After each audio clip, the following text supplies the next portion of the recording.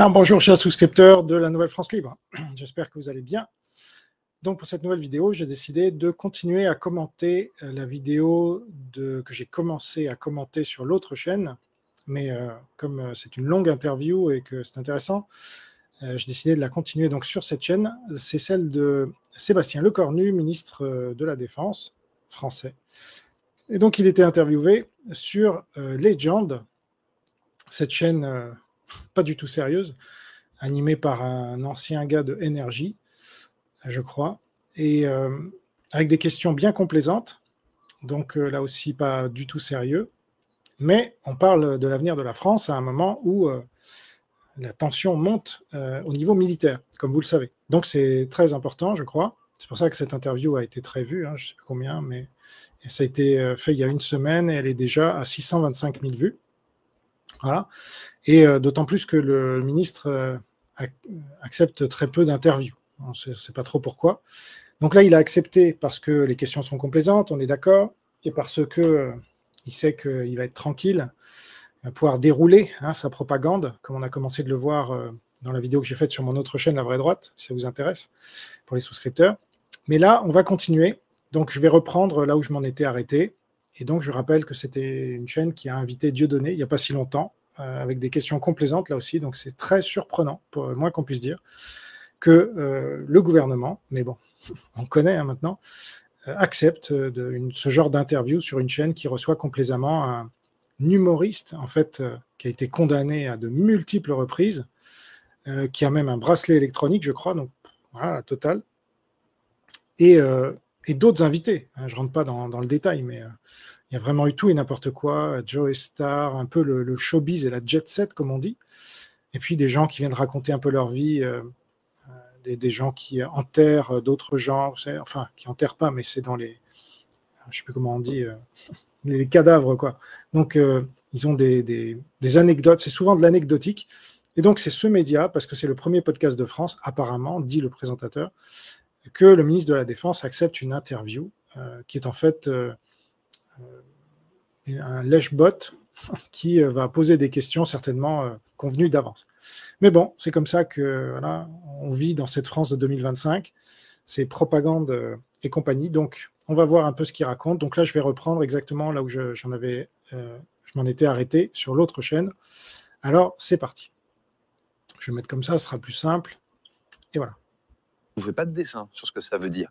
Donc, ce n'est pas tellement la vidéo ou l'incident en tant que tel qu'il faut regarder, c'est ce que ça veut dire derrière. Et ça, je vais vous le dire autrement, depuis 1991. Donc là, il parle d'un incident qu'il y a eu entre un drone russe et un avion de chasse français ou l'inverse, et en quoi c'est dangereux. Et donc, il expliquait que oui, c'est dangereux, parce que son discours, ça a été de cibler les Russes, évidemment, mais jamais le Parti communiste chinois. Donc ça, c'est ce qu'on va voir justement en détail, parce que ces gens-là, leur stratégie, c'est de dire, regardez, on a un ennemi, c'est la Russie. Et donc, la Chine, ça va. Vous voyez, on peut collaborer avec. Sans l'appui de la Chine, il n'y a pas de guerre en Ukraine. Enfin, c'est le nouveau pacte germano-soviétique. Et donc, comme je disais sur l'autre chaîne, c'est un peu comme si on avait fait alliance, vous voyez, avec l'URSS sous la Deuxième Guerre mondiale, mais qu'on avait dit vraiment, il faut lutter contre l'Allemagne. Hein. Mais on fait l'alliance avec l'URSS alors qu'il y a un pacte germano-soviétique. Ça ne marche pas. C'est exactement ça. On est dans ce système-là et personne ne le dénonce jamais dans les médias. Et alors, certainement pas dans cette interview, évidemment, parce que là, on a affaire à un guignol qui ne va pas poser une seule question dérangeante. Alors, attendez, j'ai quelqu'un qui m'appelle. 1992, la fin de la guerre froide. C'est quelque chose qui avait complètement disparu. Donc là, c'est un moment de vérité. Recul en arrière ou au contraire, est-ce qu'on garantit ces libertés-là? Je le redis, un pays comme le nôtre est un grand pays économique, industriel, agricole. Il n'y a pas d'économie prospère, il n'y a pas de richesse française s'il n'y a pas une défense de ces intérêts-là. Ne pensons pas que c'est loin de chez nous, c'est pour nous.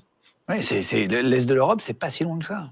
C'est des sujets, on les regarde toujours de loin, puis un jour, on s'aperçoit en fait que ça fait un système, ça s'organise, et en fait, c'est le début du commencement d'une étincelle qui nous emmène dans autre chose. C'est pour ouais. Et donc, tu étais où, toi, pendant les 8 ans? Parce que ça fait 8 ans qu'il est au gouvernement, il a pas bougé avec Macron, il est là, ça fait partie, je crois, avec Agnès Pannier-Runacher, ils sont quelques-uns comme ça, à être restés, quels que soient les gouvernements, depuis Macron. Et donc, il a accueilli, avec le reste du gouvernement, Poutine, hein, comme un prince en 2017 et en 2019, pour lui dérouler le tapis rouge et parler d'une Europe allant de Lisbonne à Vladivostok. Donc maintenant, ces gens-là se présentent à nous comme des grands résistants qui ont toujours tout compris, alors qu'en fait, jusqu'à il y a encore quelques jours, il collaborait ouvertement avec Poutine en lui achetant massivement son gaz russe. Et là, depuis le début de l'interview, donc j'ai regardé, vous n'avez pas tout vu, mais si vous regardez, il n'a toujours pas parlé de l'appui financier considérable, hein, 2,68 milliards d'euros, où on finance Poutine avec l'achat de son GNL russe. Donc là, monsieur, évidemment, il ne va pas avoir de questions, parce que le mec en face, c'est une lopette, c'est une lavette, et il est là pour ça, pour lui servir la soupe, mais c'est ça les faits, en fait. Voilà. Donc, il peut faire sa propagande pour faire croire aux Français qui le regardent que il a toujours été du bon côté, il nous a toujours mis en garde, etc., alors qu'en fait, non. Hein. Et il est toujours collabo jusqu'à ce jour. Jusqu'à ce jour. C'est pour ça qu'il faut être vigilant aux questions des étincelles pour répondre à votre question. Non, mais avant l'étincelle, l'étincelle, elle sert à rien s'il n'y a pas le bois mort et les feuilles mortes qui enflamment le tout. Or, vous avez empilé le bois mort et les feuilles mortes depuis des années en vous couchant littéralement devant Poutine, qui avait pourtant envahi l'Ossétie du Sud, l'Abkhazie, la Crimée en 2014, et puis même la Tchétchénie en 2000, donc vous êtes couchés. Voilà. Vous avez interdit, c'est pas vous, c'est Sarkozy, mais vous avez interdit à l'Ukraine de rentrer dans l'OTAN. Et depuis 8 ans, on n'a donné aucun signe comme quoi l'Ukraine pouvait entrer dans l'OTAN. Voilà, parce que vous avez joué pour Poutine. Et maintenant, vous nous parlez d'étincelle. Voilà, comme si vous ne jouiez pas un rôle dans cette étincelle. Elle est bonne, celle-là. Pour parler de vous, personnellement, rapidement, parcours maire de Vernon dans l'Eure en 2014. C'est intéressant de comprendre aussi comment on en arrive à être ministre des Armées. Vous allez rejoindre Emmanuel Macron en 2017, après sa victoire pour la République En Marche. C'est ministre des Armées en un seul mot. Ouais. Du département de l'Eure, entre deux, en 2015. Vous avez fait beaucoup d'autres choses. Vous êtes aussi, on parlait après, d'ailleurs sur votre Instagram, je mettrai les liens si vous voulez suivre le ministre. Vous parlez de jardinage aussi, vous avez plein de passions à côté. Oui, alors j'ai moins de temps, hein, mais oui. Oui, j'imagine. Secrétaire d'État en 2017 auprès du ministre, donc c'est pour la transition écologique et solidaire, c'était avec Nicolas. Voilà, c'est là où il a fermé Fessenheim, ce naze, puisque il travaillait avec Elisabeth Borne à l'époque, qui était sa ministre de tutelle, et ces deux-là nous ont fermé une centrale nucléaire en parfait état de marche qui venait d'être rénovée à hauteur de 3 ou 4 milliards d'euros, s'il vous plaît. Voilà, et ces gens-là, tranquille, personne ne leur reproche jamais, vous voyez, les grands sourires, ah, vous avez fait ci, vous avez fait ça. Et donc la transition écologique, je vous rappelle, hein, c'est par là que passent tous les collabos du Parti communiste chinois, les pires. Elisabeth Borne notamment, membre du Paris Shanghai Club, vous avez Agnès Pannier-Runacher aujourd'hui, vous aviez Brune Poirson avant, Young Leader de la France China Foundation. Voilà, c'est pas étonnant de le retrouver là comme secrétaire d'État et ensuite de le retrouver pendant les 8 ans au gouvernement. Voilà, parce que lui, il est compatible à 100% avec le Parti communiste chinois. Il n'y a aucun problème. D'ailleurs, il ne va pas le mettre en cause une seule fois pendant toute cette interview, je suis à peu près sûr. On verra. Nicolas Hulot, puis François de Rugy. Ensuite, ministre chargé des collectivités territoriales auprès du ministre de l'Intérieur, et ensuite en juillet 2020, donc ministre des Outre-mer, sous le gouvernement de ces Castex, hein, c'est ça à l'époque. Donc il s'est trompé en plus, puisque c'était Borne. Mais bon, on n'est pas à ça près. Hein. Vous avez toujours voulu devenir ministre ou c'est un peu arrivé par hasard avec la politique? Non, enfin... Oh là là, ça c'est vraiment une question difficile, hein, merci. Donc, ce qu'il faut rappeler, c'est que ce gars-là est là depuis 8 ans. Donc, toutes les casseroles de Macron, des gilets jaunes, du confinement, de la pandémie avec ses mesures dictatoriales, il les porte, vous voyez. Et ce gars-là, on va lui faire confiance pour nous défendre alors qu'il nous attaque. Ils s'en prennent au peuple depuis 8 ans et on va leur donner les clés en leur disant « Allez-y, oui, on vous fait confiance, les gars. » Non, mais sérieusement, ces gens-là nous livrent à l'ennemi, littéralement. Bon. C'est vrai que, enfin, on va pas se raconter d'histoire, l'État occupe une place telle dans notre pays que le servir est quand même un des grands moyens de faire de la politique. Au fond, d'ailleurs... Ah, j'ai cru qu'il allait faire un aveu. L'État occupe une place telle dans notre pays qu'on est communiste. Non, ça, évidemment, il ne va pas le dire, mais c'est ce qu'il faudrait dire. Il y en a deux. Hein. C'est soit la vie locale, maire, président de département, qu'on le veuille ou non, vous êtes le patron d'une collectivité, vous avez des moyens, une équipe, c'est pas tous les jours facile. Enfin, c'est un des moyens de changer la vie des gens. soit effectivement les fonctions nationales. Et vu l'organisation de notre constitution, de notre pays, c'est plutôt dans l'exécutif que dans le législatif que vous avez vraiment du drive. Bon, après, j'ai quand même été candidat au Sénat, élu sénateur, mais... Voilà, c'est pas un entrepreneur dans l'âme, hein, le cornu, là. Ah là là là là. Vous voyez, pour avoir du drive et pour avoir de l'influence en France, il faut être dans la politique. Mais pour être dans la politique, ça, il va pas nous le dire. Est-ce qu'il est franc-maçon, par exemple? Ça serait intéressant de le savoir, parce que généralement, ça passe par là, hein, comme on le sait, en tout cas en France, et notamment le Grand Orient de France. Voilà. Ah là là. Et tous ces réseaux-là, évidemment, après, ils font ce qu'ils veulent. Il n'y a pas de démocratie, en d'autres termes, hein, parce que ce sont des réseaux secrets, discrets, voire secrets, qui déterminent la politique du pays, jusqu'à ce que ça se casse la gueule et qu'on change apparemment. Voilà. Et qu'on se recasse la gueule, jusqu'à ce que on se casse tellement la gueule qu'on soit vraiment le pays d'un autre. Voilà. Donc ça nous pend au nez d'ailleurs. Mais bon. Voilà, je pense que de fait, être ministre n'a d'intérêt que si vous avez vraiment les mains sur les manettes pour faire des choses. On a vraiment... N'importe quoi. Ministre, on a le pouvoir, donc qu'est-ce que tu racontes? C'est ça par définition. Moi, je comprends rien de ce qu'il raconte, ce gars-là. Sur les manettes quand on est ministre. Est-ce qu'on peut vraiment bouger? Oui. Alors, pas aussi vite qu'on le voudrait, vous avez des contraintes, vous ne pouvez pas vous affranchir de la loi, c'est l'argent du contribuable, c'est une démocratie, donc il y a du... Ah bon? On ne peut pas s'affranchir de la loi quand on est ministre? Ma première nouvelle.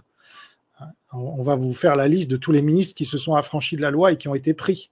Et puis des premiers ministres aussi, puis même des présidents. Et puis ce Sarkozy, il a le bracelet électronique. Donc là, il va faire croire ça à qui? Et c'est que ceux qui sont pris, évidemment. La plupart ne sont jamais pris, parce qu'ils ont les protections qu'il faut. Voilà, mais c'est tous la même engeance. Contrôle politique, médiatique, parlementaire, vous avez des chefs, c'est pas sans contrainte. Mais ceux qui vous disent qu'on peut rien faire, ou qui vous font le discours de l'impuissance, faut qu'ils rentrent chez eux, qu'ils renvoient leur traitement de ministre au trésor public, quoi, parce que...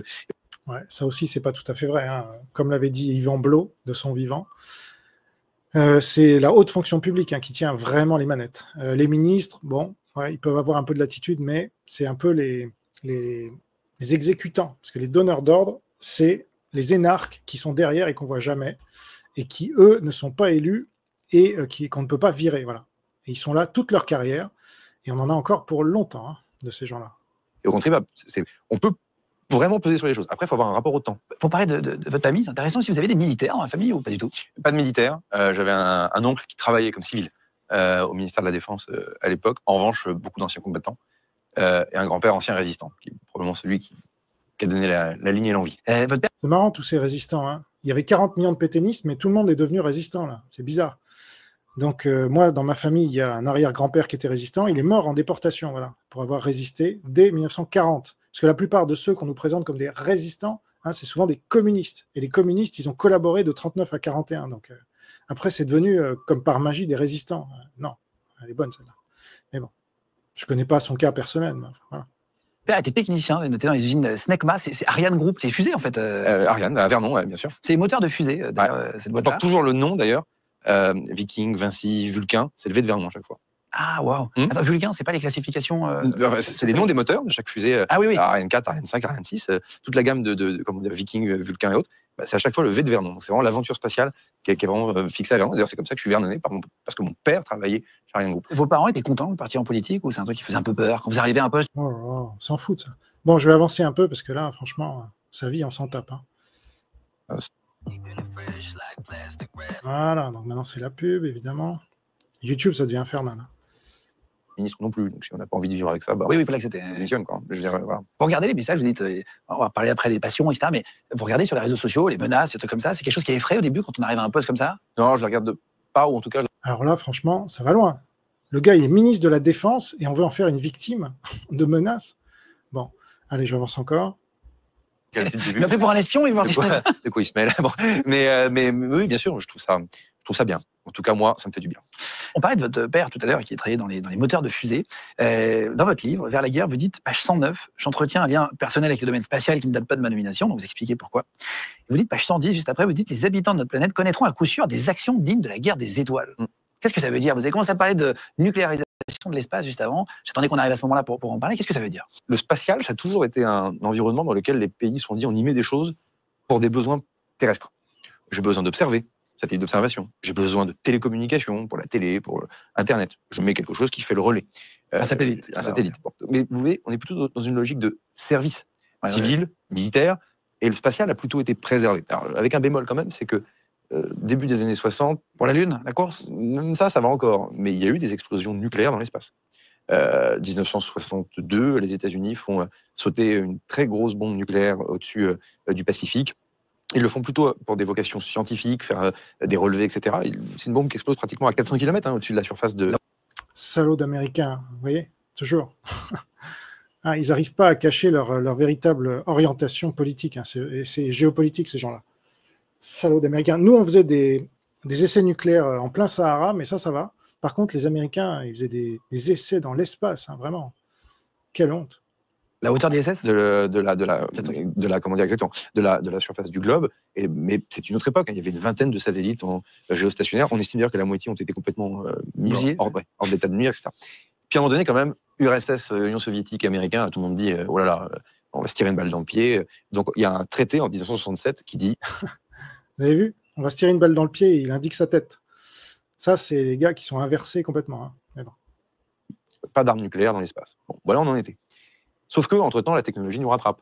Armes à énergie dirigée, laser, capacité à avoir du brouillage, à ce qu'on pourrait dire... Interférer. Interférer, je pourrais vous donner des exemples si vous l'aimez. Bon, c'est pas très intéressant, j'avance un peu. J'aimerais qu'il parle un peu de la France, là, mais bon. C'est peut-être pas sa priorité non plus, faut le comprendre, le pauvre. Éthique, comme dans n'importe quel champ de bataille. On peut avoir des armes, la manière de s'en servir, la manière dont les états-majors peuvent concevoir une action armée sur le... Ah oui, parce que j'avais oublié de vous dire, ces gens-là qui collaborent avec le Parti communiste chinois, un des pires régimes de l'histoire de l'humanité, je crois qu'on peut le dire, qui met des millions de gens dans des camps et qui fait tout le reste, ils vous parlent d'éthique quand même. Et ils vous mettent en place le modèle communiste chinois, ils vous obligent à vous injecter des trucs qui ne sont pas testés, ils vous obligent à vous mettre des masques et puis ils vous les interdisent et puis ils vous les réobligent, ils vous enferment chez vous de force parce que vous êtes, alors que vous êtes en bonne santé, et tout ça au nom de l'éthique, bien sûr, toujours. Ah bah oui. Le communisme et l'éthique, c'est bien connu, ça va de pair. Le terrain peut différer d'un pays à l'autre en fonction de ses valeurs et de ce qu'il défend. C'est la question des dommages collatéraux, c'est pas très élégant, pardon, mais c'est une réalité. C'est la question de la prise en compte sur telle ou telle frappe des populations civiles. Parce qu'il est vrai. Voilà. Donc le gars en face, oui, bien sûr, bien sûr. Voilà. Tout ce qu'il sait dire pendant toute l'interview, j'ai vu déjà dans la première partie là sur l'autre chaîne, oui, monsieur le ministre, bien sûr, monsieur le ministre. C'est tout ce qu'il apportera à cette interview, c'est-à-dire rien. Si vous voulez, sur une action militaire classique, est vrai aussi sur une action militaire cyber ou plus discrète, dans lequel à chaque fois quand même, on ne fait pas n'importe quoi, n'importe comment. Mais après, oui. Ces gens-là, donc, comme plus personne les écoute dans les grands médias, parce que les gens sont lassés, ils voient toujours les mêmes présentateurs, ils se disent, tiens, on va aller sur Internet, et puis là, les gens, on va les avoir quand même, parce qu'il y a un nouveau cadre, il y a un présentateur qui est plus jeune, connaît moins, où on l'aime bien, parce qu'il a interviewé d'autres gens qu'on a vus, et c'était sympa. Donc, ils surfent là-dessus, pour pas tomber complètement dans l'oubli, et faire oublier justement qu'ils n'ont aucune légitimité, puisqu'il n'y a pas d'élection libre dans ce pays, depuis le référendum piétiné. Donc, voilà leur stratégie. Et donc, ils viennent chez un béni oui-oui qui va cirer les pompes au lieu de poser des vraies questions. Ce n'est pas les questions qui manquent, notamment sur la collaboration avec la Chine communiste, mais s'il n'y avait que ça. Si la question c'est est-ce que nous sommes des bisounours et qu'on attend uniquement d'être agressés pour juste dire ah c'est mal, non, on sait se défendre, on a une armée qui sait le faire, des services de renseignement qui savent le faire. Alors les services de renseignement peut-être, mais l'armée elle a 8 jours de guerre intensive. Voilà, c'est tout en termes de munitions. Donc non, c'est faux, il vous ment, parce que depuis que Macron est là, il a réduit la taille de l'armée, contrairement à ce qu'il a dit donc, dans sa précédente allocution, que j'avais déjà commentée ici. Il avait viré donc le général de Villiers, qui voulait, lui, maintenir les budgets de l'armée. Donc Macron a fait fermer Fessenheim, a réduit les budgets de l'armée, a imposé des mesures communistes chinoises pour réduire le business des indépendants, comme les restaurateurs, etc. Il a imposé le quoi qu'il en coûte, il nous a endettés à mort, la Chine ayant 25% de notre dette. Et donc, le but de Le Cornu aujourd'hui, c'est de le cacher, bien sûr, et de faire croire que... Donc c'est de la com, c'est 100% de com, c'est de la propagande, si on veut utiliser les mots. C'est la Pravda. Voilà. Alors, la Pravda, maintenant, elle vient sur Internet, puisqu'évidemment, ces gens-là ne sont pas capables d'inventer des nouveaux systèmes d'information liés à la nature de l'Internet, qui est un média, je ne sais pas si vous avez remarqué, c'est interactif, ça va dans les deux sens. Mais là, ils copient ce qui se fait déjà dans les grands médias, ils le copient sur Internet, et ça marche. Alors, pourquoi ils se casseraient le cul, en effet? Mais je pense qu'il y a autre chose à inventer. Mais il y a une éthique. Il y a une doctrine parce qu'on ne fait pas n'importe quoi. Est-ce que la démocratie, ça fonctionne bien? Oh là là là là là là, là on arrive sur les grands mots. Donc, vous voyez, il a répété éthique, c'est-à-dire que moins ces gens-là sont éthiques, plus ils doivent le dire, évidemment. Donc j'imagine qu'en Chine, en Russie, ils doivent beaucoup parler d'éthique aussi. C'était les démocraties populaires sous l'URSS, rappelez-vous. Et puis là, on en arrive à la démocratie. Ah, ça, c'est le mot dont qu'ils ont tous à la bouche. Plus ils la piétinent, plus ils l'ont à la bouche, ce mot. C'est marrant, hein, ça doit leur remonter par les chaussures jusqu'au gosier, là. Est-ce que parfois, il ne faudrait pas plus serrer la vis? On le voit sur la justice, sur plein de choses. En écoutant un peu les Français, les remarques, Internet, en lisant un peu, on peut voir, c'est justement ce que faisait pas à l'époque Louis XVI et Marie-Antoinette. Alors, il est en train de dire, celui-là, si je comprends bien ce débile, qu'on est trop en démocratie, c'est ça? Non, mais sérieux? Ah, mais ça va loin, là, quand même.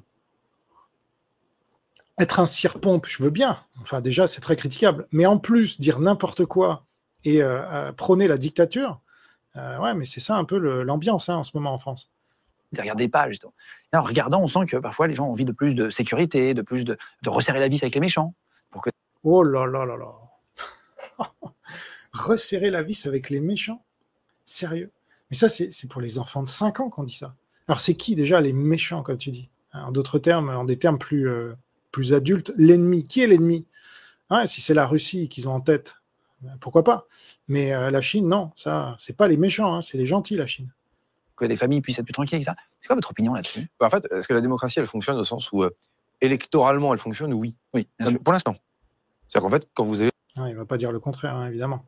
Mais piétiner un référendum, ça, c'est la démocratie, les amis. Sélectionner les candidats avec 500 signatures, présélectionner même ceux qui vont être sélectionnés, vous voyez, donc ça, c'est parce que la justice peut dire, ah non, lui, extrême droite, il a dit des paroles qui ne rentrent pas dans le cadre de la République, n'est-ce pas? Il est, je ne sais pas moi, contre l'avortement, il est pour la peine de mort, il est pour le droit du port d'armes, il est pour la liberté d'expression. C'est un gars d'extrême droite, on est d'accord. Donc, on ne va pas lui donner des parrainages. Et voilà. Mais ça, c'est la démocratie. Ah bon? Intéressant. Dans un préau d'école le dimanche pour mettre un bulletin de vote pour Madame Bidule plutôt que Monsieur Machin. Il n'y a pas de fraude, c'est un système qui est vachement robuste. Je le dis parce que ce n'est pas le cas de tous les pays. Non, c'est vrai. Pourquoi je dis pour l'instant? Ah bah oui, là, la France, on peut s'enorgueillir. Franchement, Macron, c'est vraiment un démocrate. On l'a bien vu d'ailleurs pendant la pandémie. Et puis les Gilets jaunes, là, ceux qui ont perdu un œil ou une main, ils ont bien vu la démocratie en action. Et puis, on est viré de partout par des dictatures et on ne réagit pas. On se fait humilier littéralement par l'Algérie. Tranquille, mais on est une vraie démocratie. Et puis il y a des attentats régulièrement, alors c'est de plus petit que pendant les années avant Macron, heureusement, mais je ne pense pas qu'il y soit pour grand-chose. Bref. Parce que de plus en plus se posera la question des ingérences et autres dans les campagnes électorales, des manipulations. Oui, je pourrais y revenir si vous voulez, Roumanie. Mais pour répondre à votre question après, donc ça fonctionne de ce point de vue. Bon. 2, je crois qu'on a quand même une liberté d'expression. Enfin, personne n'est venu contrôler. Ah bah oui, moi j'ai pas été traîné au tribunal parce que j'avais dit que l'islam est pire que le nazisme. Non, non. C'est pas le procureur de la République, en fait, sur dénonciation, qui m'a traîné au tribunal, m'a fait condamner en première instance, alors que j'avais raison. Là, c'est vraiment la liberté d'expression. Et puis après, j'ai eu un lynchage médiatique, ça c'était la belle liberté d'expression aussi. Jean Robin est antisémite, Jean Robin est ci et ça. J'ai bien goûté à la liberté d'expression là. Puis après, j'ai été relaxé, mais j'ai perdu 20 000 €, on me les a jamais remboursés. C'est marrant. C'est ça la liberté d'expression à la française. Il devrait préciser à la française, parce que la liberté d'expression à l'américaine, par exemple, c'est pas ça. On n'a jamais vraiment eu la liberté d'expression en France, sauf entre 1789 et 1792. Donc, monsieur Le Cornu, peut-être votre liberté d'expression, elle va bien, parce que vous êtes ministre, mais moi, les opposants à votre système merdique, là, on n'en a pas. Moi, je suis exclu de partout. Heureusement que j'ai Internet, parce que sinon, ça serait terminé. Ce qu'on fait avant, pendant et après notre exercice. Bon, et personne ne va contrôler l'accès à légende ensuite. Il faut le dire, parce que c'est pas non plus... Non, c'est vrai, tout à fait. Après... Ah bah alors là, c'est sûr qu'avec un show pareil, avec un béni oui pareil, il n'y a pas besoin. C'est ça. Mais ça, c'est pas ça, la liberté d'expression. Si le gars, il commençait à poser des questions un peu difficiles, là, on la verrait, la liberté d'expression. Et évidemment, il n'y en aurait plus. Donc en fait, il n'y en a pas, mais on nous fait croire qu'il y en a. Enfin, ça va très loin, leur propagande. Là, on est vraiment... C'est Orwell, quoi. La guerre, c'est la paix c'est la guerre. Donc là, c'est la censure, c'est la liberté d'expression. La liberté d'expression, c'est la censure, quoi, si je comprends bien. Vous n'avez pas lu les questions? L'équilibre. Non, je vous ai demandé, moi, s'il y a des trucs, vous avez envie de parler, ou voilà, comme on construit l'émission ensemble, en lisant le livre, tiens, est-ce qu'on peut aborder des sujets, ça serait cool. Si on prépare trop, c'est fake. Voilà. Donc, ah ouais, bien sûr. C'est-à-dire, plus c'est fake, plus il faut dire que c'est pas fake. Ouais. Et il dit quand même qu'en lisant le livre, on a préparé l'émission. Donc voilà. Le gars a bien dû lui dire, bon, vous me posez pas telle question, vous ne parlez pas de ce sujet. Évidemment, comment en serait-il autrement? Vous imaginez le ministre de la Défense, et de toute façon, quelles que soient les interviews de ce gars-là, je parle de légende, même avec Dieudonné, même avec des tarés de première, c'est des questions complaisantes. Donc le cornu, il est tranquille. Je pense qu'il faut garder quand même de la... Tout à fait. L'exercice démocratique, c'est aussi qu'un homme, une femme politique ou un responsable viennent devant les Françaises et les Français et passent aussi à la question. Il faut prendre le risque. Alors là, je le prends au mot, celui-là. Vraiment, passer devant les Françaises et les Français. Il répond jamais à des interviews, c'est ce qu'il disait au début. Là, c'est exceptionnel. Donc déjà, il se fout de notre gueule, hein, vraiment. Mais plus c'est gros, plus ça passe, disait leur maître à tous, là, Chirac. Non, mais surtout la démocratie par période. Mais là, en ce moment, comme on est entouré de pays qui sont un peu moins, peut-être, des démocraties que nous, on va dire peut-être des régimes autoritaires plus soft, voilà, mais autoritaires quand même, etc. Est-ce qu'on n'est pas trop gentil quand on est une démocratie face à des pays comme ça? C'est plus ça ma question. Pour être complètement honnête avec vous et assez cash, j'ai longtemps pensé ça. Donc quand un politicien commence à vous dire, pour être complètement honnête avec vous, c'est qu'il va être malhonnête. Mais sa conscience lui dit, oh là là, tu vas dire un truc tellement énorme, il faut que tu dises le contraire.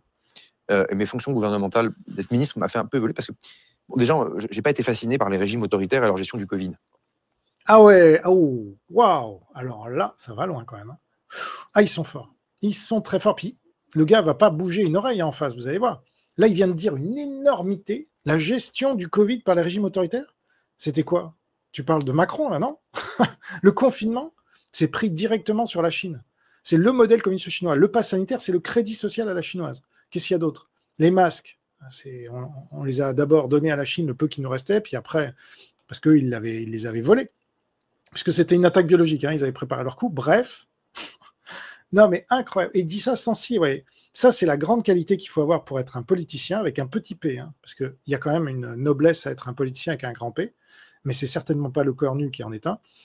Pour être un politicien avec un petit p, il faut pouvoir dire les mensonges les plus énormes, mais avec un aplomb comme il a là. Voilà, c'est parfait. Alors là, c'est une leçon de mensonge. Hein.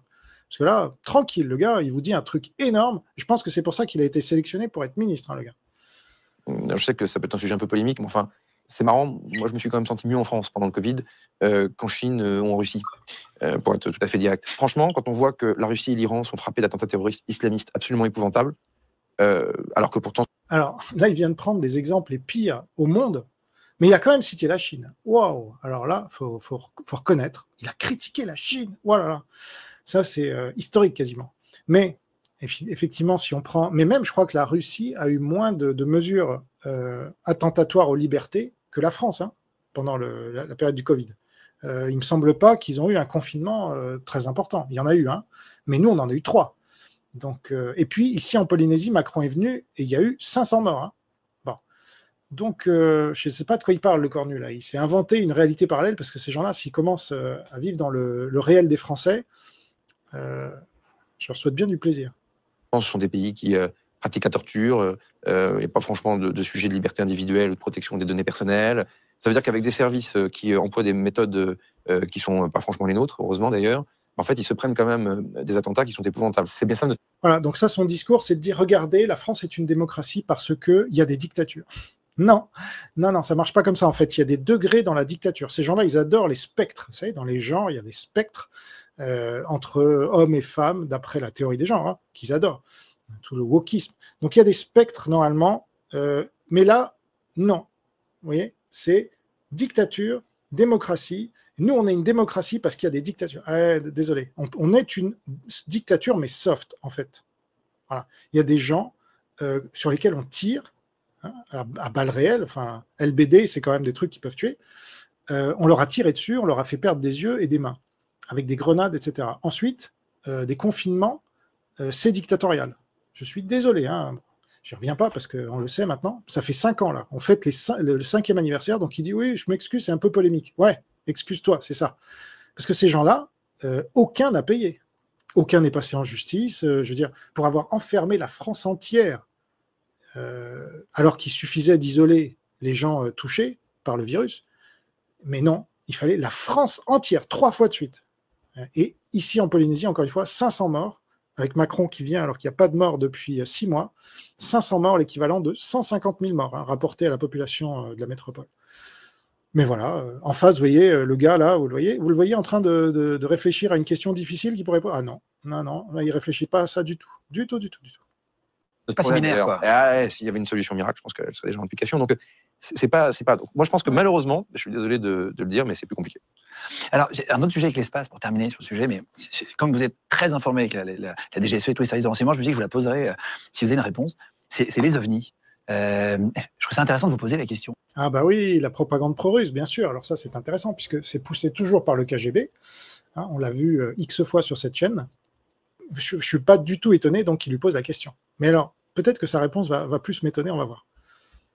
Parce que les ovnis, hein, ça n'existe pas. Enfin, si, c'est objets volants non identifiés, en effet. Mais la plupart, pour pas dire tous, en fait, ce qui n'existe pas, c'est ces petits hommes verts là dont on nous dit qu'ils arrivent de je sais pas où dans l'espace. Ça n'existe pas, et ça, c'est une propagande qui est relayée par tous les pro-russes de la Terre. Or, ce gars-là et son émission de merde relaient évidemment ce genre de conneries, puisque voilà, Dieudonné, qui est un ultra pro-russo-chinois, irano, machin, est invité. Donc, c'est comme Thinkerview, c'est comme des chaînes comme ça. Donc, les ovnis, voilà, on y arrive. Et on voit tous les agents russes dans le monde, comme Tucker Carlson, par exemple, en font vraiment des gorges chaudes, parce que c'est des moyens de déstabiliser l'Occident qu'a trouvé le KGB, et ça marche très bien, depuis l'affaire Oumo et même Roswell et toutes ces conneries. Bon. Aux États-Unis, ils ont créé un bureau de résolution des anomalies du Pentagone en 2022. C'est-à-dire, en fait, les ovnis, c'est sûrement des tests faits par l'armée ou d'autres pays, etc., pour essayer de comprendre qui a volé là, si c'était un drone, un machin, etc. Est-ce qu'on a ça en France? Est-ce qu'on a aussi un... Pas à ma connaissance. En tout cas, sur la partie ministère des Armées, non. Ou alors on me l'a caché. Parce qu'il y avait 700... non, normalement, non. Non. Qu'est-ce que c'est drôle. Ah ouais. Donc là, vous avez des complotistes qui vont dire « Ah, voyez, hein, il a dit que... C'est la preuve que... » Bon, il leur en faut pas beaucoup à certains, mais bon. Non. Vous connaissez tout? Ou est-ce que dans l'armée, il y a des choses que le ministre ne doit pas savoir parce que c'est... Sur certains sujets propres à la dissuasion nucléaire, c'est remarquablement organisé. C'est-à-dire que ce dont j'ai à connaître, c'est pas forcément ce dont le chef d'état-major des armées a à connaître, et réciproquement. Pareil pour ce qui est dû au président. Et en fait, ça n'a pas bougé depuis Mesmer, de Gaulle, Debray et Pompidou. Ça n'a pas... C'est bien fait, si ça. Ah oui, c'est remarquable. En fait, c'est chaque... Ouais. C'est remarquable, hein, bien sûr. Les autres pays sont terrorisés. Vous voyez, Poutine, il a vraiment très peur, hein, de notre arme nucléaire. Tu parles. Bon, on continue quand même. À sa fonction précise, avec le Premier ministre, et en fait, personne ne va sur le thème de l'autre, ce qui assure la permanence même et la crédibilité de la dissuasion. Donc, mise à... Alors, je ne vois pas le rapport. Hein. Si vous voyez le rapport, dites-le moi en commentaire, parce que les trois ne soient pas au courant des mêmes choses, je ne vois pas ce que ça apporte, franchement. Il faut que, quand il y a une décision qui est prise, normalement c'est le président qui la prend, mais ce qu'il ne dit pas, c'est que notre arme nucléaire n'a pas été testée depuis 1996. C'était ici en Polynésie, je l'ai dit sur l'autre vidéo, je répète, sur l'autre chaîne, parce que c'est très important. Depuis 1996, bientôt 30 ans. Ouais. Est-ce qu'on est sûr même que notre arme nucléaire, elle marche encore? On n'en sait rien en fait. Merci les gars, hein, vous nous protégez vraiment bien là. Mis à part ce sujet-là, je ne rentre pas dans les détails, mais parce que un à un bout du sujet, l'autre à l'autre bout, pour le reste, non, le ministre a à connaître, parce que j'endosse la responsabilité politique devant l'Assemblée nationale. Ça veut dire que même si on devait me cacher des choses, ça serait donc illégal. C'est-à-dire que les gens qui m'auraient caché quelque chose seraient, eux, potentiellement poursuivis, parce que, pour le coup, il n'y a pas de schéma dans lequel le ministre et le gouvernement, donc la Constitution et le Code de la Défense dit le gouvernement, doivent être mis à l'écart. Est-ce que quand on est... Ouais, moi, je dirais qu'il n'y a pas de schéma où ces gens-là sont poursuivis. Ça arrive quasiment jamais. Là, Sarkozy a été condamné pour un truc pas grave du tout par rapport à tout ce qu'il a fait. Je veux dire, vendre des Mistral à la Russie, ça c'est tribunal. La guerre en Libye, tribunal. Interdire à l'Ukraine de rentrer dans l'OTAN, tribunal, là oui. Mais voilà. Donc, pour les trucs graves, ces gens-là s'en sortent toujours. Je veux dire, qui est le président du Conseil constitutionnel? C'est Laurent Fabius, le mec du sang contaminé, le mec qui collabore avec la Chine depuis 2012, quoi. Mais c'est pas collaborer un petit peu. Il est dans le lit, in bed with China, comme on dit en bon français. On est nommé ministre, on apprend des choses incroyables. On se dit, ah waouh, ça je savais pas ou j'aurais pas imaginé. Sans dire quoi, hein, c'est pas le sujet, mais vous avez été surpris d'apprendre. Ouais, donc là c'est une chaîne d'anecdotes. Donc le gars, il raffole de ces petits trucs croustillants. C'est ça qui fait l'audience de cette chaîne merdique. Bon. Certaines choses. Do you want to become a software engineer? Well, if you don't know what a... Mais je remarque quand même que les ovnis, on est passé vite, et le Cornu, pour une fois, s'est bien comporté, je trouve, parce qu'il aurait pu en dire des tonnes. Mais là, Parce qu'il n'y a rien à dire, en fait. Parce qu'il n'y a rien. C'est un truc monté de toutes pièces par les services étrangers. Donc, c'est pas qui a assassiné Kennedy, si vous voulez. C'est la même chose, quoi. C'est que... Alors là, il dit ça au moment... Enfin, c'était il y a une semaine, donc c'est 5 jours avant que Trump ne diffuse les dossiers de Kennedy, où on apprend, pour ceux qui ne le savaient pas, que 3 semaines avant d'assassiner Kennedy, Lee Harvey Oswald rencontrait un agent du KGB à La Havane. Donc voilà, c'est évident que c'est le KGB qui est derrière, mais vous avez toujours les complotistes et les idiots utiles des Russes et du communisme en général qui vont dire « c'est la CIA ». Ça, c'est facile, bien sûr. Mais à qui profite le crime? Au KGB, en fait, et à l'URSS. Ouais. On se dit... non, mais je vois un peu... Ah oui, les théories du complot, enfin, ou les... Pas forcément, non, mais des gens disent il y a forcément des choses, etc. Non, donc c'est pas de nature spectaculaire. C'est pas une information très secrète, etc. Des éléments de compréhension, des clés qui ouvrent des serrures de raisonnement, de choses que vous ne pouviez pas voir de face, mais comme vous êtes au-dessus, vous regardez le truc et vous dites « Ah bah oui, je comprends mieux ». Donc il a encore moins d'excuses pour être nul, si je comprends bien, puisqu'il a plus d'accès à l'information que nous.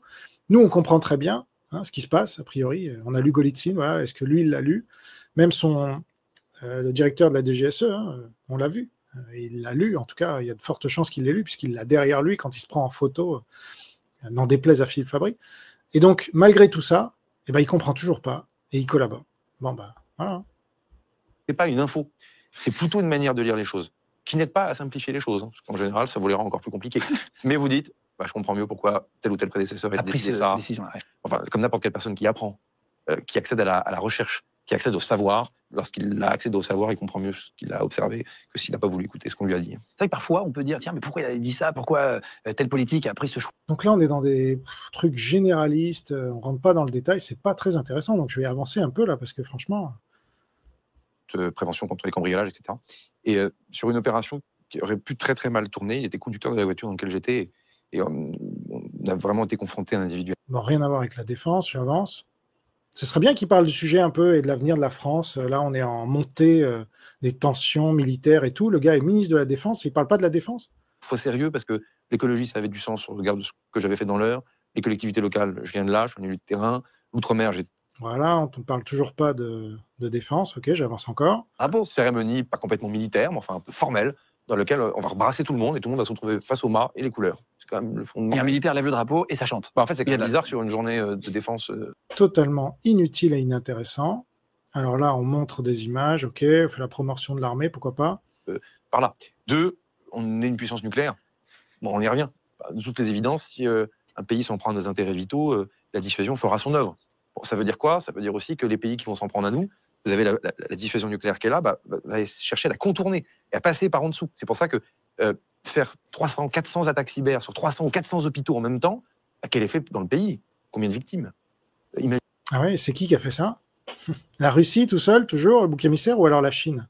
Parce que toi, tu collabores avec la Chine alors. Donc tu collabores, tu es complice de tout ce qui se passe là, non? Si je comprends bien. Ou est-ce que j'ai mal compris? Non, hein, je crois que j'ai bien compris. La panique généralisée. Donc c'est pas une frappe de missile qui vient de loin, qui là pourrait rentrer dans une grammaire nucléaire, en tout cas, pourrait le suggérer. Quand vous vous y prenez autrement, de manière fourbe, c'est ça en fait, le contournement de la dissuasion nucléaire, c'est prendre ça par le bas de manière fourbe, là vous pouvez faire très mal autrement. Et donc en fait, nous, à la différence de l'Ukraine... Ah ça, la manière fourbe, ça les connaît, les communistes chinois. Pourtant, tu collabores avec, c'est marrant. Est-ce que tu serais pas un peu fourbe, toi aussi? Le corps nu. C'est marrant, le corps nu, fourbe. Bon, je sais pas. Mais à la différence aussi d'autres pays européens, comme on est une puissance nucléaire, en fait, on a des menaces qu'on n'a pas à traiter, parce qu'on est déjà protégé, déjà défendu. En revanche, ça veut dire aussi que pour nous faire mal, il y a d'autres moyens de s'y prendre. Et c'est ça auquel il faut qu'on réfléchisse, parce que ça va vite en ce moment. Ah ouais, comme par exemple, alors laisse-moi réfléchir. Par exemple, une pandémie qui nous arriverait et qui tuerait beaucoup de gens grâce à un P4 qu'on aurait livré à l'ennemi, c'est ça? Ah ouais. C'est marrant ça quand même. Et alors ça, il n'y a jamais personne pour leur demander, bien sûr, parce que là, l'émission s'arrête immédiatement, elle n'est pas en direct. C'est là où ils disent, oui, en fait, c'est dans les conditions du direct, tu parles. On a vu tout à l'heure, je crois, un mini-montage, parce qu'ils ne peuvent pas complètement enlever ça. Et donc, tout ça est scripté pour que ça soit de la propagande de A à Z, qui n'est pas une fausse note, parce qu'une question, vous voyez, un peu difficile, c'est une fausse note pour ces gens-là. Ce n'est pas de l'information. Ah ben non, le peuple, il se la ferme. Il écoute et il se la ferme, le peuple. Il n'est pas là pour réfléchir ni avoir d'esprit critique. D'accord? Il est là pour comprendre qu'on s'occupe de lui, qu'on lui prend ses impôts pour ça, et que si ça se passe mal, c'est pas de la faute des dirigeants, c'est la faute du peuple. Je vous résume, hein. En gros, la propagande de ces gens-là. Nouvelles technologies, nouvelles pratiques. Il y a des infrastructures françaises qui sont attaquées tous les jours numériquement. Ouais. On ne se rend pas compte de la Bien sûr. quantité. En fait, il faut comprendre que pendant longtemps, Ah ouais, et qui est le premier attaquant? En France comme aux États-Unis, comme un peu partout, c'est la Chine. Hein. Mais est-ce qu'il va le dire? Non, bien sûr. Voilà, parce que alors, là où je suis toujours impressionné par ces gens-là, c'est le ton modéré qu'ils emploient. Parce qu'on a dans l'imaginaire Hitler, qui est le fou furieux, et j'en ai parlé d'ailleurs sur une autre vidéo, mais c'était sur l'autre chaîne. Il y a deux modèles, en fait, de tyrans. Vous avez Hitler et vous avez Staline. C'est marrant parce qu'ils ont fait alliance. Et Hitler, évidemment, c'est facile de l'identifier, parce qu'il gueule comme une truie qu'on égorge, et on se dit, bon, bah, ce gars-là, il est taré. Mais vous avez le deuxième type, et c'est Staline. Et Staline, il n'y a pas un mot plus haut que l'autre, voyez, mais on fait pire qu'Hitler, en fait. Parce que si on prend le nombre de victimes et la durée, Staline a fait pire qu'Hitler, en fait. Et sur le nombre de gens, évidemment, parce que vous aviez combien de pays sous la coupe de l'URSS? Eh bien, aujourd'hui, vous avez encore un Fabien Roussel qui est incapable de dire si Staline est son camarade ou pas. Si on lui demande Hitler, vous croyez qu'il va douter? Non. Donc, là, ces gens-là sont des staliniens, aussi bien dans le fond que dans la forme. Alors, ce sont des maoïstes aussi, puisque Macron s'est dit maoïste, comme vous le savez. Et donc, ça m'impressionne toujours, parce que les gens, en fait, se fient à l'apparence, et donc, il suffit que le gars soit un peu modéré dans sa manière de parler, et on va se dire, bah tiens, c'est un modéré. Voilà. Et puis, si moi, je vais un peu m'énerver, parce qu'on nous écrase la gueule, vous voyez, avec la botte, là, et on crie un peu, on dit, eh oh, arrêtez là, ça suffit, en fait, votre botte, elle fait mal. Ah, mais t'es un peu excessif, toi, hein? T'es pas un peu énervé, là? Voilà, agressif. Bon. Et donc, qu'est-ce que vous voulez que je vous dise? les menaces cyber sur Internet, quoi, c'était soit de la cybercriminalité classique, rançonnage. Demande de rançon en échange d'une attaque. Soit je vous prends vos codes, je les change et je vous redonne vos codes uniquement si vous versez de l'argent, ou je vous pique vos photos et je vous les rends que. Rançonnage, escroquerie. Ou alors de l'espionnage, je rentre dans le cyber. Oui, c'est qui l'espionnage? Vas-y, dis-le nous, parce que là, franchement, c'est facile de dire, oui, il y a des cyberattaques. Qui attaque la France? Est-ce que tu es capable de le dire, ministre de la Défense, là, à la noix? Non, bien sûr. Une attaque sur les infrastructures de légende, je me montre pas, et j'essaie en revanche de capter toute la donnée, vos agendas, savoir ce que vous faites, qui vous voyez, l'espionnage. Bon. Là, on a quelque chose qui est complètement différent. C'est désormais, on a des choses qui sont faites pour détruire. C'est du cyberterrorisme. C'est pas fait du tout pour rançonner ou pour espionner. C'est pour détruire complètement. C'est-à-dire faire en sorte que demain, pour une banque, pour du contrôle aérien, imaginez, pour des systèmes de feux rouges dans tout est numérique aujourd'hui. C'est marrant, on imagine bien ça. Et on se demande bien pourquoi le gouvernement continue à collaborer autant avec la principale force au monde qui fait des cyberattaques contre l'Occident, à savoir la Chine communiste. Donc voilà, on va continuer un peu, mais voilà. Comme j'avais dit dans la première vidéo, en fait, au bout de 40 minutes, j'en pouvais plus de sa propagande là. Puis après, je me suis dit, bon, allez, quand même, je vais reprendre la vidéo là où je m'en étais arrêté. Et c'est quand même intéressant, c'est le ministre de la Défense, voilà, en exercice, il donne une interview, c'est pas si souvent, mais voilà, on voit le niveau, quoi. Sur 20, c'est à peu près 1,5, 2 max, quoi, pour l'encre, voilà, parce que là... Tout fonctionne avec Internet, même les feux rouges. Mais y compris des infrastructures numériques, pourquoi? Les hôpitaux nous préoccupent, le dossier médical du patient, on est sur des choses hyper sensibles. Donc, en fait... Ah ouais, ça les préoccupe beaucoup, les hôpitaux. On l'a vu pendant la pandémie, justement. N'importe quoi. Et il y a une telle bureaucratie dans les hôpitaux, parce que c'est ça le communisme, que les médecins, les infirmières et tout le monde, en fait, ne peut pas faire son travail. Et après, on se plaint et on accuse l'ultralibéralisme chez ces gens-là. Même chez ceux qui dénoncent les conditions dans l'hôpital, alors que c'est toujours le communisme. Hein. En fait, vous avez plusieurs types après de cyberterrorisme ou de cyberattaque. Tout supprimé, à la mairie qui perd tout l'état civil qui était numérisé, ou au contraire tout transformé. Alors ça, c'est pas un sport de masse, mais c'est comment un jour sur les gens, vous en rendez pas compte, mais par une cyberattaque, une puissance étrangère est rentrée, et au moment du montage, va prendre 1 minute de ce que vous avez enregistré, et va construire par l'intelligence artificielle une autre minute avec un propos que vous n'avez pas dit ou que votre invité n'a pas dit, et le substituer. Et vous vous êtes aperçu de rien. J'ai pris Légende, évidemment. Ouais, t'as pris Légende. C'est marrant que Macron, il ait relayé une vidéo d'IA où lui-même était ridiculisé et il a relayé ça en disant « Ah, c'est cool » et tout ça. Donc, au lieu de le dénoncer, Macron le cautionne, tout comme il cautionne TikTok, tout comme il cautionne Huawei, tout comme il cautionne tous nos ennemis. Et toi, tu viens nous dire, au nom de Macron, en fait, soyez tranquille, quoi, n'ayez pas peur, on s'occupe de vous. Ouais. C'est un peu comme le loup qui dit au mouton, bah, vous inquiétez pas, je m'occupe de vous. Ah oui, ça on sait, tu t'occupes bien de nous. Évidemment, parce que je suis joueur. Imaginez la presse écrite, qui au moment de mettre ça sous presse, se rend pas compte qu'en fait, un article a un peu changé. Et tout ça, en fait, sont des menaces numériques. Donc, vous voyez, en fait, Donc là, j'espère quand même qu'avec le recul, dans 5, 10 ans, on regardera ce genre d'interview, vous voyez, avec le gars en face qui rigole comme un débile, alors qu'il a l'occasion là de poser plein de questions que les Français se posent au ministre de la Défense, quand on est un minimum informé. C'est sûr que lui, il n'est pas très informé non plus, mais... Et il rigole, il dit n'importe quoi. Oui, monsieur le ministre, où est-ce que je peux vous lécher, monsieur le ministre? Là, sur la chaussure gauche, est-ce que je peux faire la chaussure droite maintenant? Parce qu'elle brille moins que l'autre. Je mets un peu de crachat parce que là, ouais, voilà. C'est incroyable. C'est une caricature. Je ne sais pas si vous voyez comme moi, mais ça fait pitié, quoi. L'étendue du problème est énorme. Et il concerne tout le monde, parce que tout le monde a du numérique avec soi, y compris avec son smartphone. Ça arrive qu'il y ait des... Eh bien, découple avec la Chine au lieu de collaborer toujours plus avec. C'est quand même pas dur. Et l'autre, il repart sur autre chose. Évidemment. Et des fake news organisés par des pays étrangers, qui soient repris par des journalistes. Bien sûr. De bonne foi aussi, parce qu'ils voient juste le truc, ils ripostent pour aller plus vite, ils ripostent rapidement. Souvent. Ah oui. Souvent. Ah oui, souvent. C'est un spécialiste des fake news qui vous le dit. Hein. Vous pouvez le croire. Et y compris dans les univers francophones, dans le cas de la France, y compris en Afrique, où parfois les informations vont très vite, elles ne sont pas vérifiées. Alors après, c'est compliqué parce que dans une démocratie, on parlait de la démocratie tout à l'heure, pas non plus la police de l'information. Hein, donc, c'est comment on attribue. Donc, vous imaginez quand même, c'est grave. Hein.